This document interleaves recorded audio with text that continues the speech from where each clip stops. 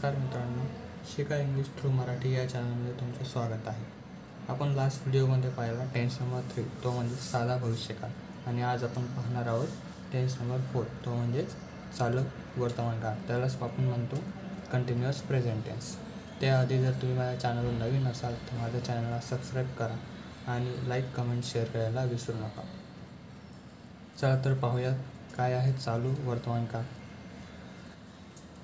चालू वर्तमान काळचे डेफिनेशन जर बघायला म्हटलं तर आपण अशी लिहू शकतो की ज्या क्रियापदावरून ती क्रिया वर्तमान काळात होत आहे असे समजते तेव्हा त्या वाक्याचा काळ हा चालू वर्तमान काळ दर्शवतो.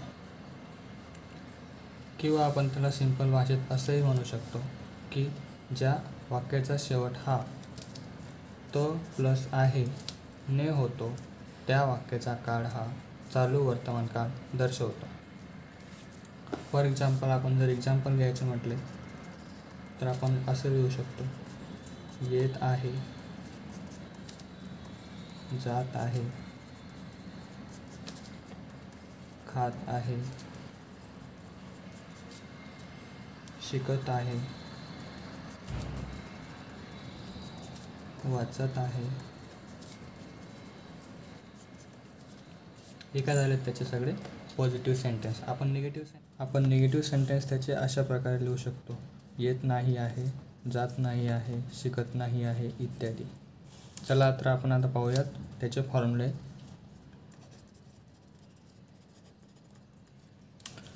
आपल्याला माहीत आहे आपण 4 फॉर्म्युले लिहितो, एक पॉझिटिव्ह, एक निगेटिव्ह आणि येस ऑर नो टाईपचे क्वेश्चनचे 2 लिहितो.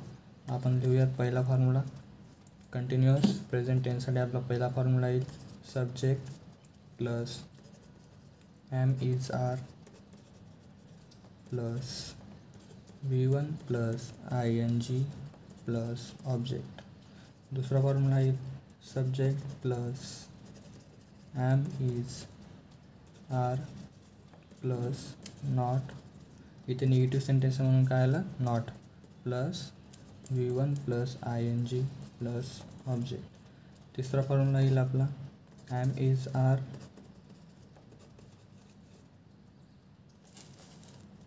Plus subject plus V1 plus ING plus object plus question mark. इथं क्वेश्चन मार्क विसरायचा नाही आहे. चौथा फॉर्म्युला येईल am is are plus not plus subject plus V1 plus ING plus object plus question mark. हे झाले त्याचे 4 फॉर्म्युले. शेवटच्या 2 फॉर्म्युलेमध्ये आपला क्वेश्चन मार्क येतो का. आता आपण पाहूयात त्याचे काही एक्झाम्पल्स. या फॉर्म्युला यूज करून आपण त्याचे काही एक्झाम्पल्स पाहूयात. त्याआधी आपल्याला माहीत असायला पाहिजे आपण ज्या फॉर्म्युल्यामध्ये एम इज आर लिहिलेला आहे म्हणजे हे कोणत्या कर्त्यासाठी वापरतात ते आपल्याला आधी समजून घ्यावं पाहिजे. तर आपण लिहून घेऊयात एम इज आर हे कोणत्या कोणत्या कर्त्यासाठी वापरले जातात. तर आपण आय जो आहे तो आपण एम या कर्त्यासाठी वापरणार. नंतर ही, शी, इट साठी आपण इज वापरणार आणि वी, यू, देसाठी आपण आर वापरणार. हे आपल्याला हा टेबल लक्षात ठेवायचा आहे मित्रांनो. हे लक्षात ठेवून आपण हे फॉर्म्युले आपल्याला यूज करून आता आपल्याला त्याच्यावर एक्झाम्पल घ्यायचे. तर आपण एक एक्झाम्पल घेऊयात. आपण जे एक्झाम्पल घेतलं त्याच्यामधून आपण घेऊ. जात आहे वरचे एक्झाम्पल घेऊयात. त्याचं मराठी सेंटेन्स बनवण्यात आपल्या हिशोबाने जसं आपल्याला आवडेल तसं. जसं की मी बनवतो पहिल्या याच्यासाठी, मी शाळेत जात आहे.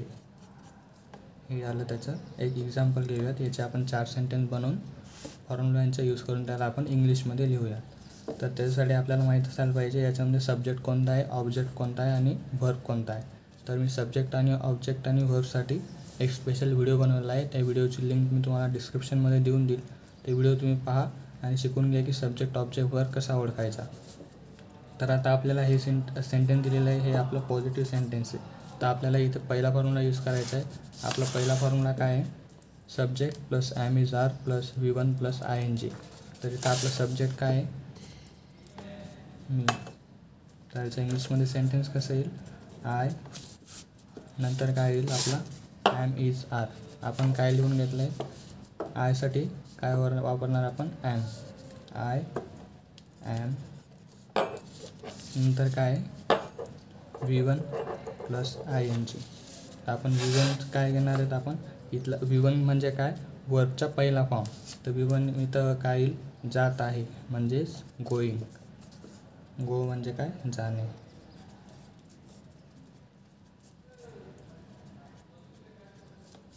तर आपण लिहून घेऊयात. हा झाला त्याचा वर्ब आणि त्याला आपण ING लावला. आय ॲम गोईंग, मी शाळेत जात आहे. I am going to school. Sorry, इथे स्कूलची स्पेलिंग चुकली आहे, SCHOOL हे झालं स्कूल. आता आपण पाहूया, तिथे हाच आपण सब्जेक्ट घेतला, नंतर हा काय आहे आपला वर्ब आहे, नंतर हा काय आहे ऑब्जेक्ट. याच्यामध्ये हा सब्जेक्ट आहे, हा ऑब्जेक्ट आहे आणि हा वर्ब आहे. ठीक आहे. जर हे तुम्हाला ओळखता येत असेल तर मी व्हिडिओच्या डिस्क्रिप्शनमध्ये लिंक दिलेली आहे, ते पाहून घ्या. आता आपण पाहूयात दुसरं सेंटेन्स. दुसरं सेंटेन्स कसं येणार आहे, निगेटिव्ह सेंटेन्स. मी शाळेत जात नाही आहे. तर याचं इंग्लिशमध्ये कसं करणार आपण, इथे फक्त काय करायचं आपल्याला, फॉर्म्युल्यानुसार नॉट ॲड होणार. Subject plus am is are plus not plus V1 plus ING plus object. तर याचं निगेटिव्ह सेंटेन्स कसं आहे ना, I am not going to school. हे झालं त्याचं सेकंड सेंटेन्स. आता आपण पाहूया तिसरं सेंटेन्स. तिसरं सेंटेन्स कसं बनणार आहे आपल्याला माहिती आहे.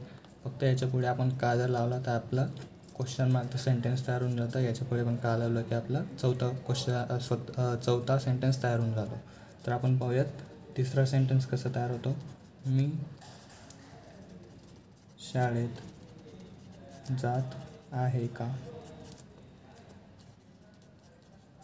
हा झाला क्वेश्चन टाईप सेंटेन्स. तर याचं इंग्लिशमध्ये कसं येणार, फॉर्म्युल्यानुसार फॉर्म्युला आधी बघायचा. आधी ॲम इज आरमधून जे येईल ते, नंतर सब्जेक्ट, नंतर वर्ब, नंतर ING, ऑब्जेक्ट आणि क्वेश्चन मार्क. तर आपण पाहूयात याचं काय येईल, am I going to school question mark. आणि त्याचं चौथं सेंटेन्स कसं येईल, am not I going to school, शेवटी क्वेश्चन मार्क. हे झालं त्याचं पहिलं एक्झाम्पल. आता आपण पाहूयात, आपण ॲमसाठी पाहिलं म्हणजे आय या कर्त्यासाठी पाहिलं. आता इजसाठी पाहूयात, म्हणजे या तिघांपैकी एखाद्या याच्यासाठी एक्झाम्पल घेऊयात. फॉर एक्झाम्पल,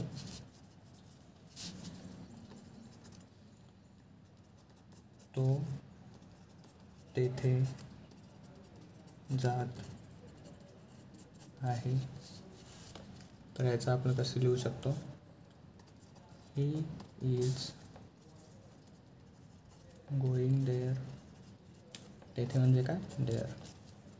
दुसरं सेंटेन्स कसं येईल, तो तेथे जात नाही आहे. याचं इंग्लिशमध्ये कसं येणार, he is not going there. तिसरं सेंटेन्स येणार, तो तेथे जात आहे का. Is he going there question mark. आणि चौथा क्वेश्चन कसा येईल, तो तेथे जात नाही आहे का question mark. Is he not going there. हे झालं त्याचं दुसरं एक्झाम्पल. आता आपण पाहून घेऊयात आरसाठी एक्झाम्पल घेऊयात. ते या तिघांपैकी एखादं एक्झाम्पल घेऊन आपण आरसाठी घेऊयात. आपण एखादं एक्झाम्पल याच्यामधून घेऊ शकतो, शिकत आहे. आपण एक एक्झाम्पल घेऊयात, शिकत आहे. बीसाठी घेऊयात पहिले एक्झाम्पल. आम्ही शिकत आहोत. त्याचं इंग्लिशमध्ये कसं येईल? We are learning. शिकणे म्हणजे काय? LEARN, learn. त्याचं दुसरं सेंटेन्स कसं येईल? आम्ही शिकत नाही आहोत. कसं येईल? We are not learning. याचं तिसरं सेंटेन्स येईल आम्ही शिकत आहोत का? Question mark. Are we learning? Question mark. चौथा येईल आम्ही शिकत नाही आहोत का?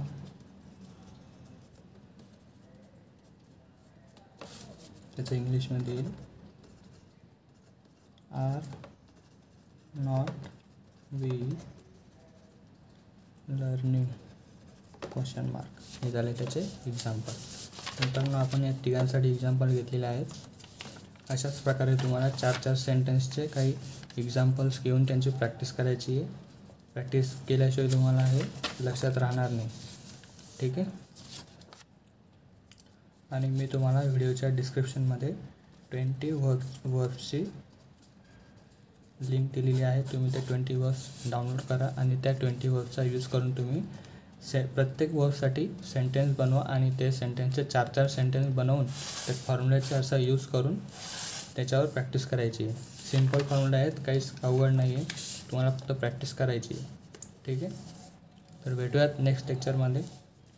पुढचा टेन्स असणार आहे आपला 5 नंबरचा टेन्स. तो म्हणजेच कंटिन्युअस पास्ट टेन्स. त्यालाच आपण मराठीमध्ये म्हणतो चालू भूतकाळ. चला तर मित्रांनो, भेटूयात पुढच्या व्हिडिओमध्ये. व्हिडिओ आवडला असेल तर चॅनलला सबस्क्राईब करा, लाईक करा आणि काही अडचण असेल तर कमेंट करा आणि आपल्या मित्रांमध्ये व्हिडिओ शेअर करा.